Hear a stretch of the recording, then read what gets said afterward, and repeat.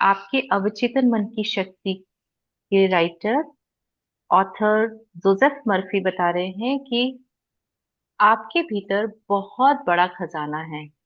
तो कल तक तो उन्होंने हमको बता दिया था कि आपको प्रेयर्स करनी है, बहुत अच्छे तरीके से प्रेयर्स करना है। एंड साथ में आपको ये भी बताया था कि जो भी चीजें हैं हमारे अंदर है, हमको अंदर खोजना है। तो वो क्या खोजना है, क्या खजाना भरा हुआ है, वो आज हम पढ़ेंगे। आपके भीतर बहुत बड़ा खजाना है। उसे हासिल करने के लिए आपको बस अपने मन की आंखें खोलकर उसे देखना है।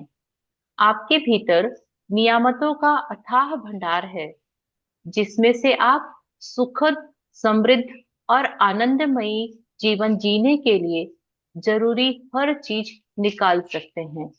तो हमारे अंदर वो खजाना है। और वो खजाना क्या है? बहुत सारी फीलिंग्स का, बहुत सारे थॉट्स का। हमारे दिन भर जो विचार चलते रहते हैं, वो भी हमारे लिए एक खजाने की तरह है। हम उसमें से क्या कब बाहर निकालते हैं, ये हमारी चॉइस होती है। भरा उसके अंदर सब कुछ है, हीरे मोती सोना चांदी, उससे लेके छोटे मोटे चीजें और बड़ी बड़ी चीजें, सब कुछ भरा हुआ है। बस हम उसको मन की आंखों से देखेंगे जब, तब हमको रियलाइज होगा। और मन की आंखों से कब देखेंगे? जब हम बाहर की दुनियादारी से फुर्सत पाएंगे और अपने अंदर झांकेंगे। इसीलिए बोला जाता है कि मेडिटेशन करिए। मेडिटेशन करने से या अपने साथ समय बिताने से हम अपने अंदर झांक पाते हैं। और जब आप अपने अंदर झांकेंगे तो आपको पता चलेगा कि अरे, मैं तो बहुत काइंड हूँ। मैं जबरदस्ती बाहर चीजों को लेके इतना स्ट्रांग रिएक्ट करती हूँ। मैं अंदर से बहुत समृद्ध हूँ, लेकिन बाहर पता नहीं क्यों मैं अप चीजों में कमियां ही ढूंढती रहती हूँ, या मुझे वही नजर आती हैं। तो उस भंडार को, आपके अंदर के उस सुखद, समृद्ध, आनंदमयी जीवन जीने के लिए अच्छी अच्छी चीजें हम बाहर कब निकाल सकते हैं? जब हम अपने अंदर सेल्फ एनालिसिस करेंगे। कई लोग अपनी भावना को सॉरी कई लोग अपनी संभावना को इसलिए नहीं जान पाते क्योंकि उन्हें अपने भीतर मौजूद असीमित ज्ञान और अनंत प्रेम के भंडार का पता ही नहीं होता है। जबकि सच तो यह है कि इसमें से आप अपनी हर मनचाही चीज निकाल सकते हैं। तो आप, ऐसा नहीं है कि मेरे पास सादा सारा ज्ञान का भंडार है और आपके पास नहीं है, या किसी तीसरे पर्सन के पास वो बहुत ज्ञानी है और वो बहुत अच्छी बातें बोलते हैं, अच्छा काम करते हैं और लोग बहुत अप्रिशिएट कर रहे हैं, तो उनके पास वो है, मेरे पास नहीं है। तो ये हम सब के अंदर भगवान ने एक रूपता से सबको सारी चीजें लेके भेजी थी। हमारी खुद की अवेयरनेस है कि हम अपने अंदर की कौन सी चीजों को बाहर निकालते हैं, हम किसी चीजों को लेके कैसा रिएक्ट करते हैं, हम उस सारी चीजों में कैसा बोलते हैं, कैसा फील करते हैं, और कैसे विचार हमारे मन में चलते रहते हैं।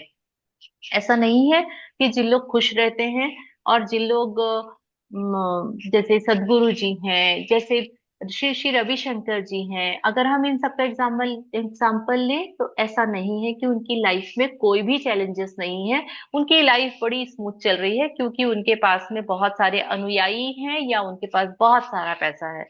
ये सेकेंडरी है। वो भी एक इंसान है, उनके अंदर भी एक मन है। उनको भी बहुत सारी चीजें ऐसी उनके डे टू डे लाइफ में आती है, कभी मन नहीं कर रहा होता है, लेकिन हमारा काम है इसलिए हमको करना है, और वो उसको हंसी खुशी कर रहे हैं।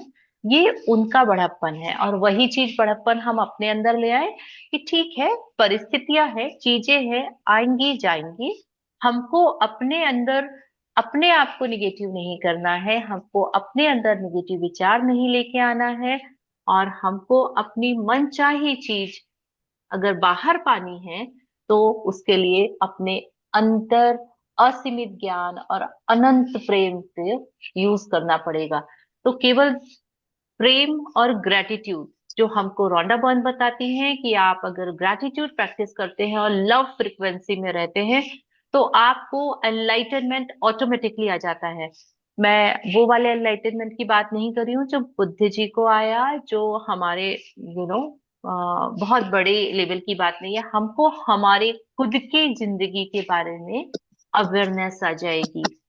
लोहे का चुंबकीय टुकड़ा अपने भार से 12 गुना अधिक वजन उठा सकता है, लेकिन अगर आप उसके चुंबकीय गुण को हटा दें तो यह एक पंख को भी नहीं उठा पाएगा। तो आपको ये ग्रेव जो मैग्नेटिक पावर होती है, आप सोचिए कि जब बचपन में, मुझे आज भी याद है कि जब हमको पहली बार स्कूल में बताया गया था, तो हम वो एक छोटा सा मैग्नेट लेके और घर में कील और छोटे छोटे से लोहे की चीजों को अट्रैक्ट करके बहुत खुश होते थे कि वाह, ये कितनी मैजिकल चीज है कि इससे हम चम्मच को भी अपनी तरफ खींच सकते हैं इधर से उधर। तो उस चीज में बात नहीं थी, उसके अंदर जो गुण था वो मैग्नेटिक पावर था, और ये मैग्नेटिक पावर हमारे पास में भी है। और वो मैग्नेटिक पावर का हम यूज किस में करते हैं? निगेटिव चीजों को अट्रैक्ट करने में, निगेटिव सोचने में, निगेटिव चीजों के लिए वरी करने में। तो ये सारी चीजें वहां से हम हटा के अगर उसकी निगेटिव चीजों को छोड़ दें और हम पॉजिटिव चीजों को अट्रैक्ट करने लगेंगे, तो हमारी लाइफ में वो सब चीजें आ जाएंगी जो हमारे ड्रीम लिस्ट में है, जो हमारे माइंड में है, जो हम अपने जीवन को बनाना चाहते हैं।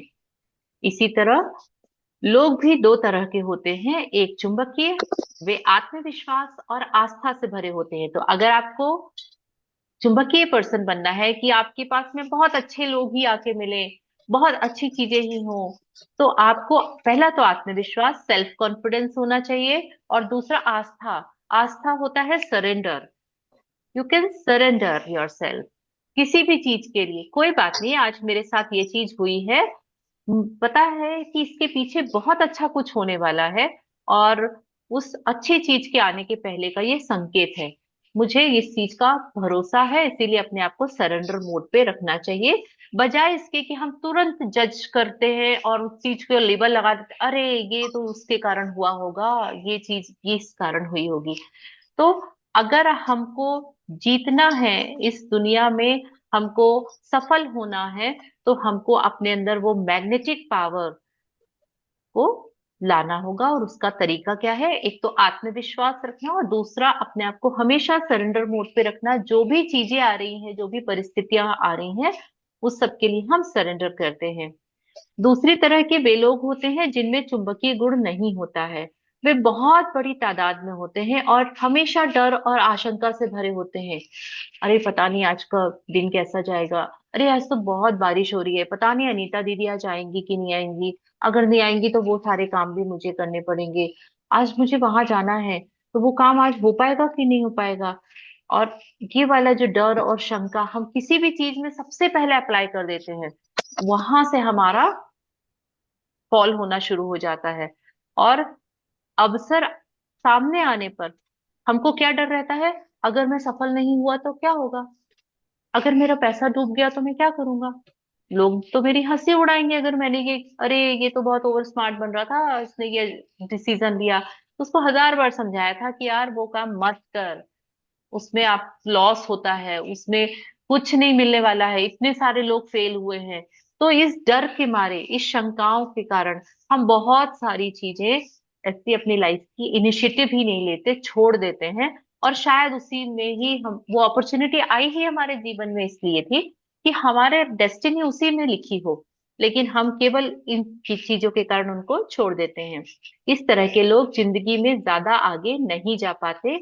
उनका डर उन्हें उसी जगह पर रोके रखता है जहां वह है। तो हम सब में से 90% लोग, यानी इस ओवरऑल वर्ल्ड में केवल 10% लोग या केवल 5% लोग ही क्यों रिच हैं, क्यों फेमस हैं, उसका रीजन है कि वो आउट ऑफ द वे जाके काम करते हैं, और वो अपनी डर, अपनी शंकाओं को, अपने डाउट्स को, इन सब को ओवरकम कर लेते हैं। और आप अगर वो चुंबकीय व्यक्ति बन सकते हैं, बशर्ते आप इतिहास के सबसे बड़े रहस्य को समझ लें और उस पर अमल करने लगें। तो आपको रोंडा बर्न ने एक नया रहस्य बताया था ग्रेटिट्यूड का। यहाँ हमको जोसेफ मर्फी बता रहे हैं कि इतिहास का सबसे बड़ा रहस्य क्या है। मान लीजिए कोई आपसे इतिहास का सबसे बड़ा रहस्य पूछेगा, तो आप क्या जवाब देंगे? परमाणु ऊर्जा, है ना, जो एटॉमिक एनर्जी होती है, और अंतरिक्ष यान, ब्लैक ब्लैक होल, ये सारे जो बड़े बड़े नाम हैं जिसको हमने कभी देखा नहीं है, हमको पता है यूनिवर्स है, गैलेक्सी है, सोलर सिस्टम है, इन सब चीजों को हम देखे कभी नहीं है। हमने इसको बुक्स में पढ़ा है, बुक्स में पिक्चर्स देखी हैं, टीवी में, न्यूज में उसका जो एनिमेशन, जो पिक्चराइजेशन, जो भी चीजें होती है वो देखी हैं।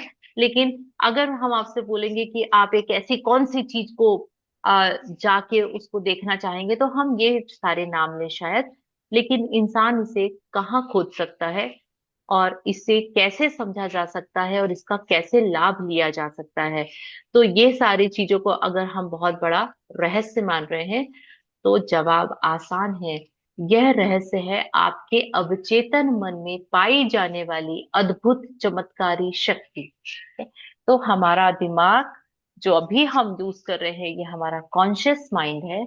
और सब कॉन्शियस माइंड तब अपनी सारी चीजें जो अंदर स्टोर की हुई है वो निकालता है जब आप अल्फा स्टेज में जाते हैं, जब आप सोने के लिए जाते हैं, या फिर आप डीप मेडिटेशन में जाते हैं, या फिर आप बहुत ज्यादा पॉजिटिव फ्रिक्वेंसी में होते हैं।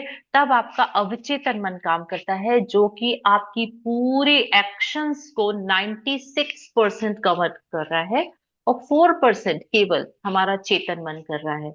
तो चेतन मन कैसा होता है? चेतन मन चीजें आती हैं, उसको रिएक्ट करता है, छोड़ देता है, आगे बढ़ जाता है, विचार विचार विचार विचार विचार विचार विचार विचार, वो गो ऑन, चलता रहता है। अवचेतन मन क्या होता है?